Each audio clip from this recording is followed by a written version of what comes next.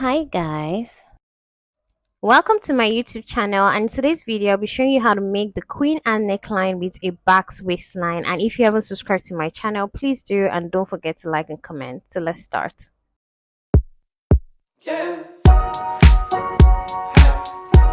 So I've created my starting line, so I'm just going right ahead to take the measurement. So my neck width and my neck depth will be 3 inches, and I'll be connecting the point with my curved rule. So I'll just go ahead to take my shoulder measurement, which is 14, and you divide it by 2, which gives you 7. So I'll be going down by 1 inch for my shoulder slope, and I'll be connecting that with my ruler. So I'll be taking my armhole measurement, which is 7.1 inch. So to derive that, you can just, you can use your bust measurement divided by 6 plus 1.5, which will give you your accurate armhole measurement. So I've gone ahead to do that, and I'm just connecting the points like so. So now that I've done that, I'll just go down by 16 inches to take my waist measurement.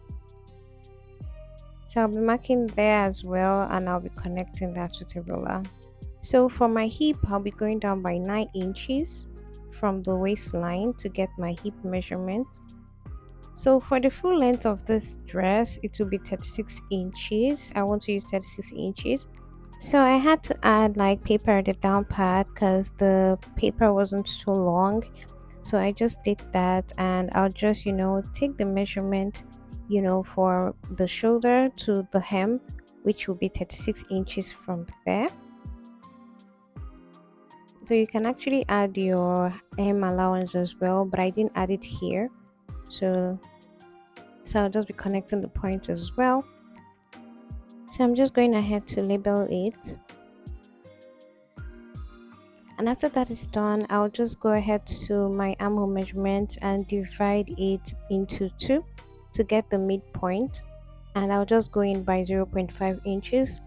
So I want to take the measurement of my bust, which is 34 inches divided by 4, which gave me 8.5. And I'll be using my curved rule to connect this point. So then I'm going to take my waist measurement, which is 6.5. I like to add a little allowance at that waist area. That is why it's 6.5. So I'm going ahead to mark out my hip measurement, which is 9.75 as well. And I'll just be using the same measurement I used on the hip to get my hem measurement. So I'll be connecting the points from the hem, the waist, and also the hip.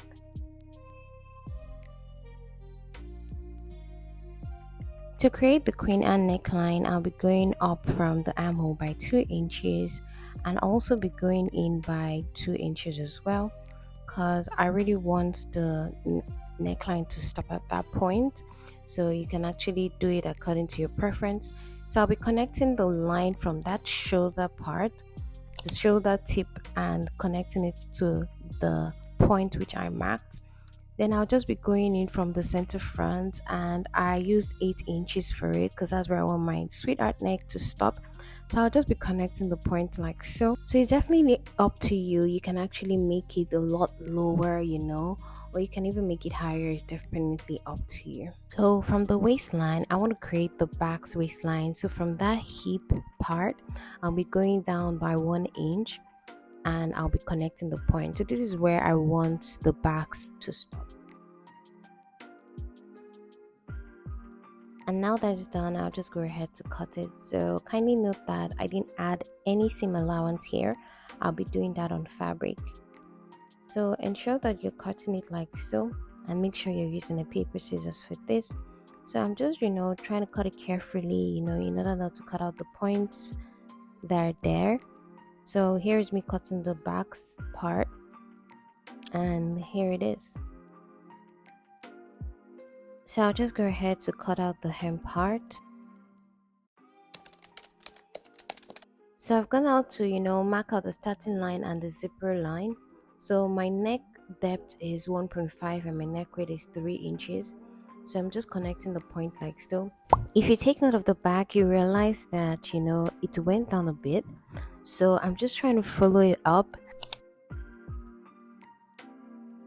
So I'm just going ahead to mark out my shoulder measurement as always, and I'll be going down by 1 inch and connecting the point. So I'll be going down by 7.1 inch for the armhole, and I'll also connect the point as always. So creating the back neckline, I'm still a bit skeptical about it because this is my first time creating such back neckline. So I'll go ahead to take my waist measurement, which is 16 inches. So use your preferred measurement for this. So I'll just go ahead to mark the point and rule it out. So at the waistline, I'll just be going down by 9 inches. Be going ahead to mark the full length of the skirt and connect the point as always.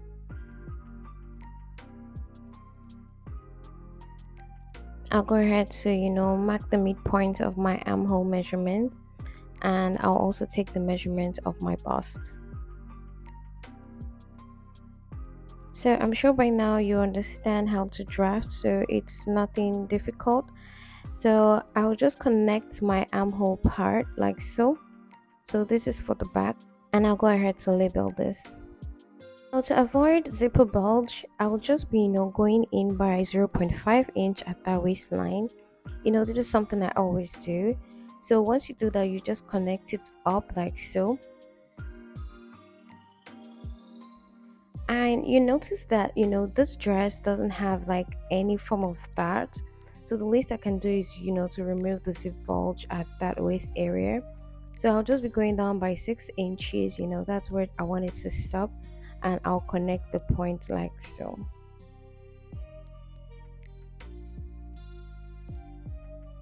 So now I'm just going to be going in also from that zip area.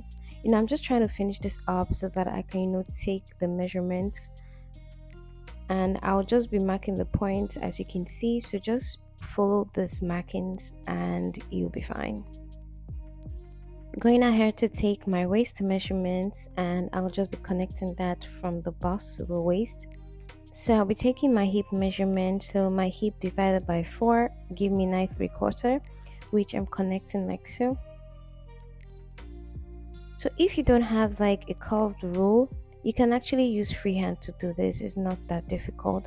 So from that hip area, I'm just going down, taking the same measurement at the hem and connecting the points. So the same way I created the Basque waistline at the front, that is what I'll be doing at the back as well.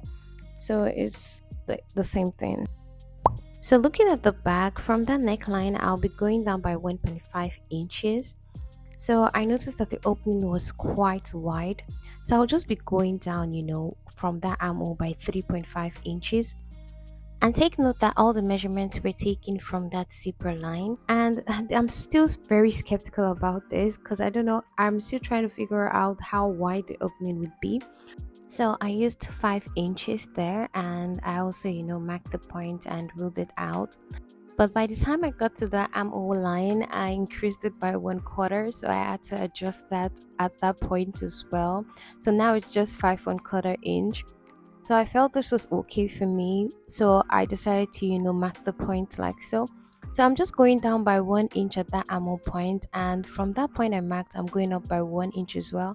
I want it curved like this, because the back looked a little bit curved. So here I'm going to be drawing a slanted straight line, and I'm just going to be connecting the point curved like so. So try to follow my steps on how I did this. So this is how I wanted it to look. These dash lines I'm creating, this is where I'll be cutting out, so take note of that as well. So let's just go ahead and cut this out.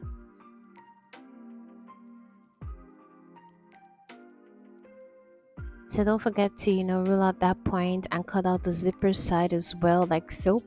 So I'm just going ahead to to cut this out.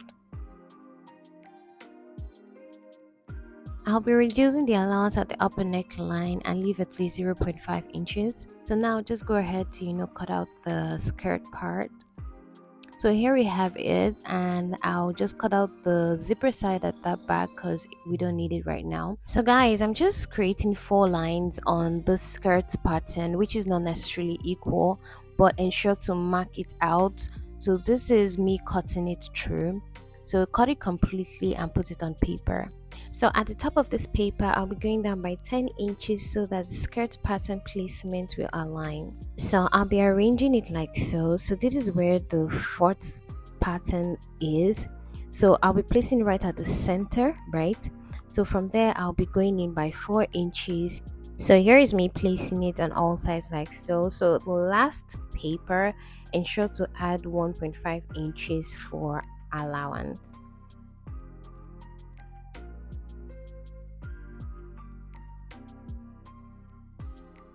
So I'll just go ahead to show you. So at the top, I'll just be adding 0.5 inches and I'm just going to be curving it like this. So try your best to do it like so as well. So I'm just going to be cutting this out.